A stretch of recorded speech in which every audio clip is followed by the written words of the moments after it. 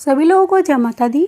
आज आपके लिए लेकर आई हूँ बहुत सारे ज्योतिषी और वास्तु उपाय जो आपके घर की सकारात्मक ऊर्जा बढ़ाने में अहम भूमिका निभाएंगे। अगर आप घर की सुख और समृद्धि चाहते हैं और भगवान गणेश को भी प्रसन्न करना चाहते हैं तो आपको घर में दूर्वा घास जरूर लगानी चाहिए। तो आज हम बात करते हैं पहले उपाय की। दरअसल ये मान्यता है कि घास भगवान गणपति को अत्यंत प्रिय है, इसीलिए यदि इसका ठीक से ध्यान नहीं रखा जाएगा तो गणपति महाराज रुष्ट हो सकते हैं। इसीलिए जब भी आप अपने घर में दूर्वा घास लगाएं तो इस बात का विशेष ध्यान रखें। अगली जो ध्यान रखने वाली बात वो है कि दूर्वा को सही दिशा में लगाना बहुत ज़रूरी है। आप इसको किसी कोने में लगाएं और इसकी देखभाल भी बहुत अच्छे से करें। जहां पर इस पौधे को रखें वो दिशा दक्षिण दिशा नहीं होनी चाहिए। ईशान कोण में इसको लगाएं, उत्तर दिशा में लगाएं। दूब को यानी जो दूर्वा का जो पौधा है उसको दूब भी कहा जाता है और इसकी नियमित देखभाल और इसको जल देना बहुत ज़्यादा ज़रूरी है, क्योंकि अगर बिना रेख देख के इसको कहीं पर भी रख देंगे तो धूप के कारण ये सूख जाएगी और गणेश भगवान को ये बिल्कुल भी पसंद नहीं है। तो इस पौधे को पनपने के लिए हवा और धूप की ज़रूरत है, इसलिए सही जगह पर रखें। धन प्राप्ति के लिए इसको ईशान कोण में लगाना चाहिए और दूब के पौधे को अपने घर के ईशान कोण में लगाने के बाद या फिर आपके घर के आसपास कोई मंदिर है तो वहाँ पर भी लगा सकते हैं और वहाँ से दूर्वा लाकर अपने घर में गणपति की जो मूर्ति है वहाँ पर उनको चढ़ा सकते हैं, यानी गणपति को अर्पित कर सकते हैं। एकाग्रचित्त रहने के लिए दूर्वा का पौधा बहुत काम करता है। अगर आपका पढ़ाई में या करियर में ध्यान नहीं लगता, केंद्रित नहीं होता, भटकता रहता है तो अपनी डेस्क पर छोटे छोटे गमलों में दूर्वा लगाकर अपने टेबल पर रख लें और जब भी आपका मन भटके तो एक बार इसको देख सकते हैं। और वहाँ पर गणपति की मूर्ति भी इस दूर्वा घास के अंदर रखेंगे तो बहुत अच्छा रहेगा। कई बार हम लोग तुलसी माता को जल अर्पित करते हैं, लेकिन जल अर्पित करते समय कोई मंत्र का प्रयोग नहीं करते तो जो पूजा हम करते हैं उसका कोई फल नहीं मिल पाता। इसलिए तुलसी माता को भगवान विष्णु का ओम नमो भगवते वासुदेवाय नमः ये मंत्र बहुत ही पसंद है और माँ लक्ष्मी जी का भी ये मंत्र बहुत ज़्यादा फेवरेट है। तो आप ये मंत्र के साथ ही तुलसी माता को जल अर्पित करें। तुलसी की कुछ पत्तियों को जल में डालकर घर के मुखिया या घर का कोई बड़ा सदस्य होगा प्रतिदिन इस जल को तुलसी के लोटे में डालें, फिर पूजन करें। अपने घर में जो पूजा होती है उसके बाद इस जल को ले जाकर भगवान के किसी मंत्र के द्वारा पूरे घर में छिड़के। इससे क्या होता है, नकारात्मक ऊर्जा दूर रहती है और सकारात्मक ऊर्जा घर में प्रवेश करती है या फिर बनी रहती है। अगला वास्तु टिप्स है हमारा, अगर आप नए घर में प्रवेश कर रहे हैं, आपने कोई नया घर लिया है तो आप उसमें नई झाड़ू लेकर ही प्रवेश करें और उस झाड़ू का इस्तेमाल करने से पहले उसकी पूजन करें, रोली चावल लगाएं, उसके बाद कलावा बांधें, हल्दी कुमकुम का टीका लगा सकते हैं, फिर भगवान का जो कमरा है वहाँ से झाड़ू लगाना स्टार्ट करें।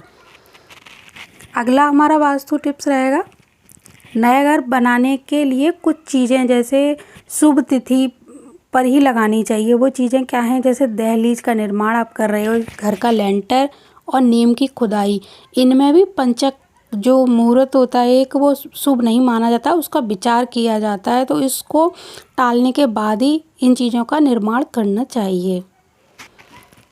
जिनकी कुंडली में शनि और मंगल बहुत अच्छे हैं उन्हें अपने नाम पर ही घर लेना चाहिए, जिससे घर में रहने वालों सभी सदस्य जो हैं वो खुशहाल रहें। मंगल और शनि की खराब दशा में घर लेने पर घर में बहुत सारी विपत्तियां शुरू हो जाती हैं और बेचने में भी मुश्किल का सामना करना पड़ता है। घर जिनके नाम पर है उसे एक बार अपनी कुंडली में मंगल और शनि की स्थिति पता करके ही निर्माण कार्य करना चाहिए, क्योंकि वास्तु दोष होने पर सबसे अधिक परेशानी घर के मालिक को ही होती है। मंगल और शनि की खराब स्थिति में घर लेना भी नहीं चाहिए। नया घर बनाते समय उसमें पुराने घर की सामग्री का इस्तेमाल बिल्कुल भी नहीं करना चाहिए, जैसे लकड़ी के खिड़की दरवाजे, चौखट, अलमारी के पल्ले आदि। नए घर में नई लकड़ी का ही इस्तेमाल करना चाहिए, पुरानी लकड़ी को बाहर फेंक देना चाहिए। बजरंगबली को जो व्यक्ति हर मंगलवार को चोला चढ़ाता है उसके हर काम बनने लगते हैं। घी में सिंदूर मिलाकर उनके शरीर पर लगाने को ही चोला चढ़ाना कहा जाता है।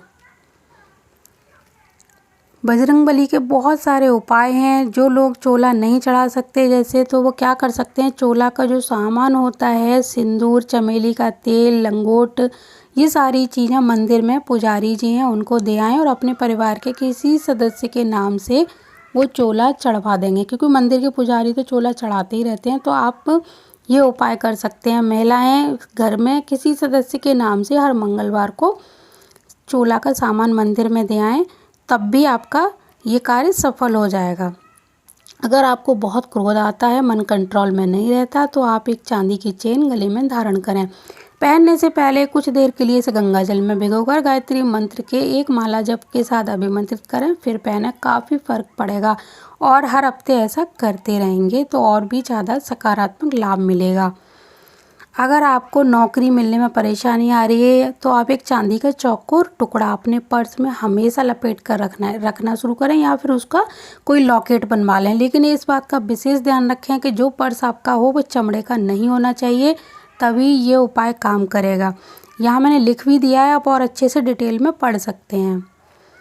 ये घर की नकारात्मक ऊर्जा दूर करने के लिए आपको कांच के किसी बर्तन में या गिलास में पानी लेना है और इसमें एक नींबू डाल के रखना है। हर हफ्ते इस नींबू को बदल के रख देना है और वो नींबू साबुत लेना है और आप इसको कहीं पर भी रखेंगे। 8 दिन बाद इस पानी को चेंज करेंगे, नींबू को चेंज करेंगे, गिलास को धोकर फिर से भर के रख देंगे, तो नकारात्मक ऊर्जा दूर रहेगी।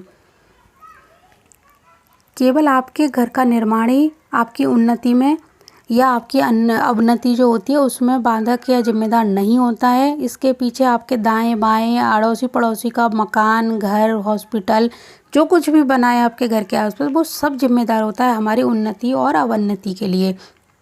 तो हमेशा जैसे ध्यान रखें कि हमारे घर के उत्तर दिशा में कोई प्लॉट खाली है, उधर कुआं है या पानी का तालाब है, तो हमारे लिए बहुत अच्छा रहेगा। अगर यही निर्माण हमारे घर की दक्षिण दिशा में हो गया तो ये हमारी अवनति का कारण बनेगा। जैसे उत्तर में पानी उन्नति का कारण और दक्षिण में पानी हमारी अवनति का कारण बनेगा।